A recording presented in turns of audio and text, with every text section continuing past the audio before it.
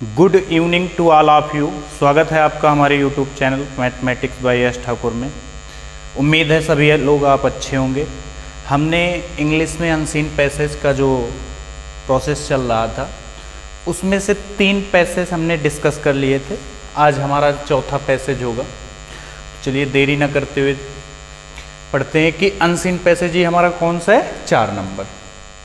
A man was kept in jail without any fault। सबसे पहले हमारा काम क्या होता है कि पैसेज को पढ़ना है ढंग से और उसका हिंदी अर्थ जानना है। तो a man was kept in jail without any fault। एक आदमी को कहाँ रखा गया? जेल में।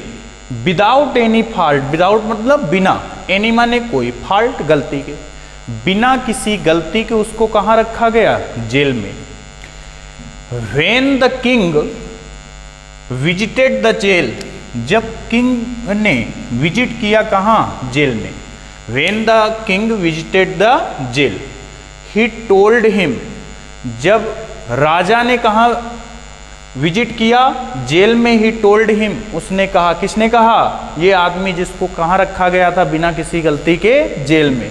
he told him, उसने कहा that कि he was innocent, वह निरपराधी है। निरपराधी मतलब उसने कोई भी अपराध नहीं किया है। The king found that, king ने पाया, दिस वॉज ट्रू, यह सत्य था। बाद में उसे पता चलता है कि यह तो सच में निरपराध है। ही गेव हिम, उसने दिया, किसने दिया? ये ही किसके लिए प्रयोग हुआ है? राजा के लिए। तो he gave him a sum of money, उसने उसे कुछ धन दिया। एंड गेट हिम फ्री, और उसे आज़ाद कर दिया। तो होता क्या है कहानी में कि एक आदमी को बिना किसी दोष के उसको जेल में डाल दिया जाता है। जब राजा वहाँ विजिट करता है, वहाँ घूमने भ्रमण करने जाता है, तो राजा से वो आदमी कहता है कि आई एम इनोसेंट, मैं निरपराधी हूँ, मैंने कोई अपराध नहीं किया है। राजा जब इसका पता करता है तो सच में वह निरपराधी होता है। तो राजा क्या करता है, उसे कुछ पैसे दे देता है और उसे हमेशा के लिए क्या कर देता है? आज़ाद। he went straight, वह सीधा जाता है। कौन सीधा जाता है? आदमी जिसे आज़ाद किया गया था। he went straight to the market, वह सीधा बाजार की ओर जाता है। where some birds were kept for sale, जहाँ पर कुछ चिड़िया या कुछ पक्षी बेचने के लिए रखे गए थे। वह आदमी सीधा कहाँ जाता है? बाजार। Where some birds were kept for sale, जहाँ कुछ पक्षी बेचने के लिए रखे गए थे। He purchased all the birds, वह सारे पक्षी खरीद लेता है। From the shopkeeper, दुकानदार से। And get them free, और उन्हें आज़ाद कर देता है। वह आदमी जिसे जेल में बंद रखा गया था, जब राजा उसे कुछ पैसे देकर वापस करता है तो वो क्या करता है? वो जाता है सीधा कहाँ? बाजार। और वहाँ पर जो पक्षी बेचने के लिए रखे गए थे उनको, सारे पक्षियों को खरीद लेता है। All the birds from the shopkeeper, दुकानदार से। एंड गेट देम फ्री, और उन्हें आज़ाद कर देता है। At this the shopkeeper was surprised, यह देखकर शॉपकीपर एकदम आश्चर्यचकित हो जाता है कि भाई इसने क्या किया है? पूरे पक्षी खरीदे और उन्हें आज़ाद कर दिया। यह देखकर वो क्या हो गया? आश्चर्यचकित।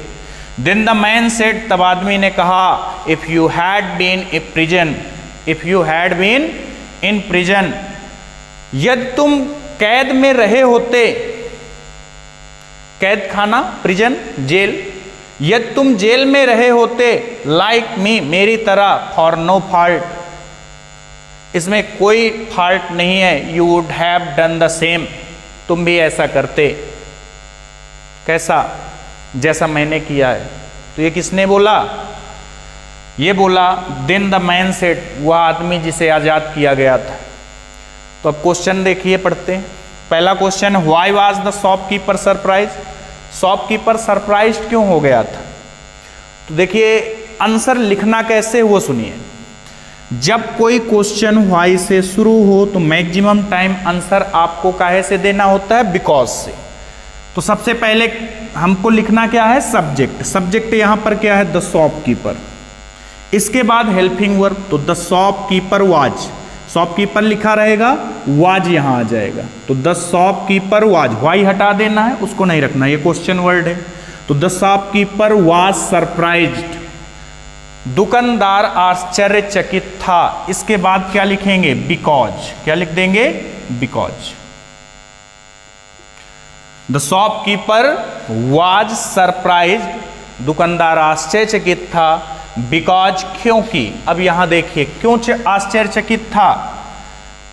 ही purchased all the birds from the shopkeeper and get them free, उसने सारे पक्षी उससे खरीद लिए और उन्हें आजाद कर दिया। तो यहां से यहां तक answer, he purchased all the birds from the shopkeeper and get them free, उन्होंने सारे पक्षी खरीदे और उन्हें आजाद कर दिया। At this the shopkeeper was surprised, इससे वो क्या हो गया? आश्चर्यचकित। तो यही पूछा गया था कि वह आश्चर्यचकित क्यों हो गया? क्योंकि उसने सारे पक्षी खरीदे और उन्हें आजाद कर दिया। व्हाट डिड द मैन से टू द शॉपकीपर, उस आदमी ने शॉपकीपर दुकानदार से क्या कहा? तो ये देखिए लिखा है देन द मैन सेड। अच्छा, आंसर लिखेंगे कैसे? यहां लिखा है द मैन, ये तो हम हटा देंगे, व्हाट तो हटा देंगे, और डिड वाला आंसर है।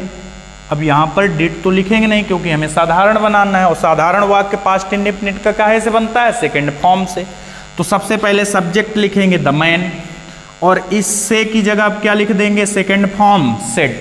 तो बोलेंगे द मैन सेड, आदमी ने कहा, टू द शॉपकीपर, दुकानदार से। The man said to the shopkeeper, इतना क्वेश्चन से लिख देना है, the man said to the shopkeeper. इससे इफेक्ट क्या पड़ता है कि जो एग्जामिनर होता है उसे ये पता चल जाता है कि बच्चे ने कुछ पढ़ रखा है। आप इससे 2 लाइन उठाया, लिख दिया, हो सकता है आपका आंसर सही हो, नंबर आपको तब भी मिल जाएंगे। लेकिन इस अगर ये ढंग से लिखा हुआ है तो आपके जो गलत क्वेश्चन भी होंगे वो भी मैक्सिमम चांस है कि सही हो जाएंगे। तो इसलिए इनको ढंग से बनाने की कोशिश कीजिए। तो क्या बोलेंगे? The man said to the shopkeeper, आदमी ने दुकानदार से कहा, क्या कहा? If you had been in prison, यदि तुम जेल में होते, लाइक मी, मेरी तरह, for no fault you would have done the same, तो इसमें कोई फॉल्ट नहीं है कि तुम मेरे ही तरह कहते, जैसे मैंने किया है वैसा तुम भी करते। क्या करते? जैसा मैंने क्या किया था? पक्षियों को आज़ाद कर दिया था। जैसे मैं आज़ाद रहना चाहता हूँ वैसे पक्षी भी आज़ाद रहना चाहते हैं। तो जो मैंने किया है वही तुम भी करते अगर तुम जेल में रहते। अब इसमें देखिए लिखा विच मीन्स जेल, इनमें से किसका मतलब जेल है? ये क्वेश्चन इतना नहीं लिख के आएगा, मैंने जानबूझकर छोटा लिखा है। लिखे इसमें लिख के आएगा write the word which passage means जेल। इस पैसेज में बताइए जिसका मतलब क्या हो? जेल।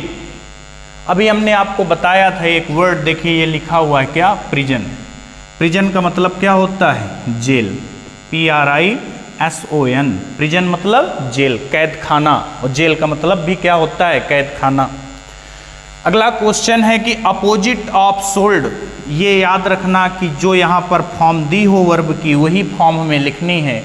अगर वेंट लिखा है तो उसका कम, केम कम, केम लिखना है। सेकंड फॉर्म लिखी तो सेकंड फॉर्म लिखना है, थर्ड फॉर्म लिखी तो थर्ड फॉर्म लिखना है। तो सेल सोल्ड सेकंड फॉर्म, तो हम सेकंड फॉर्म ढूंढ लें। सेल माने बेचना, बाई माने खरीदना। बाई की सेकंड फॉर्म क्या होती है? बॉट।